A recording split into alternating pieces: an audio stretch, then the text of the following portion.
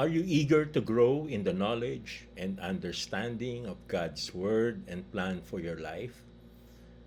A blessed Saturday, brothers and sisters. This is our reflection question for today. Holy Spirit, make my heart open to the Word of God. Make my heart open to goodness. Make my heart open to the beauty of God every day. Amen. In today's Gospel, the disciples of John approached Jesus and said, "Why do we and the Pharisees fast much, but your disciples do not fast?"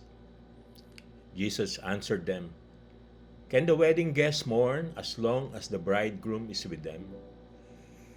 The days will come when the bridegroom is taken away from them, and then they will fast.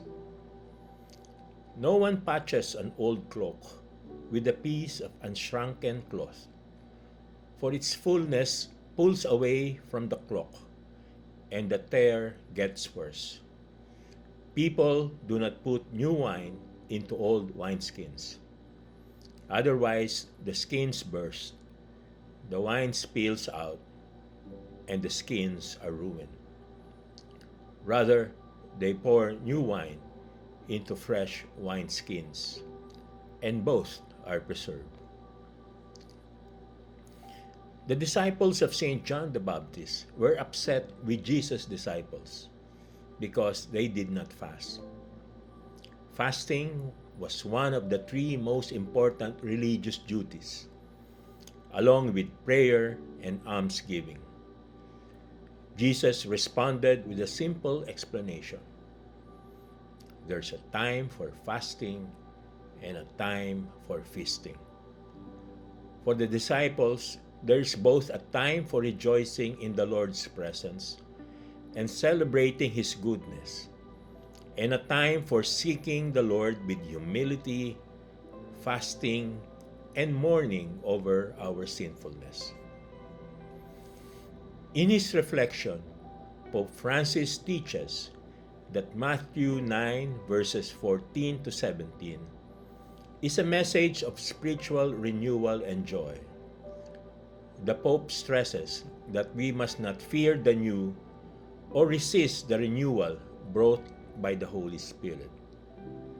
Just as we cannot put new wine into old wineskins without them bursting, the Christian life cannot be a rigid collection of old, outdated habits. He points out that Jesus brought true renewal that starts in the heart, and our faith should be characterized by the joy of knowing God is with us. While Jesus mentions that his disciples will fast once he is taken away, the Pope teaches that prayer, charity, and fasting must be sincere.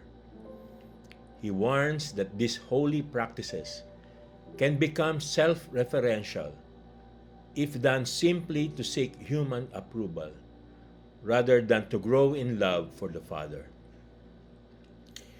Jesus calls on his disciples to be open to learn new things. Jesus used an image familiar to his audience: new and old wineskins. In Jesus' times, wine was stored in wineskins, not bottles. New wine poured into skins was still fermenting.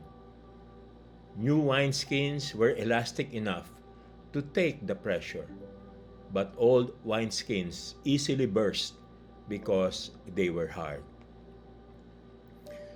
What did Jesus mean by this comparison? Are we to reject the old in place of the new? Just as there is right place and a right time for fasting and feasting, so there is a right place for both the old and the new.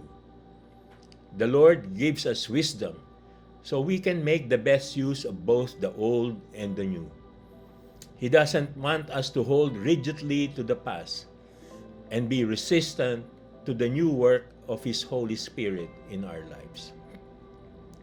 He wants our minds and hearts to be like new wineskins, open and ready to receive the new wine of the Holy Spirit. Are we eager to grow in the knowledge and understanding of God's work and plan for our lives? Let us pray. In the name of the Father, and of the Son, and of the Holy Spirit. Amen. Lord, fill us with your Holy Spirit, that we may grow in the knowledge of your great love and truth. Help us to seek you earnestly in prayer and fasting, that we may turn away from sin and conform our lives more fully to your will. May we always find joy in knowing, loving, and serving you. Jesus, King of mercy, we trust in you. In the name of the Father, and of the Son, and of the Holy Spirit. Amen.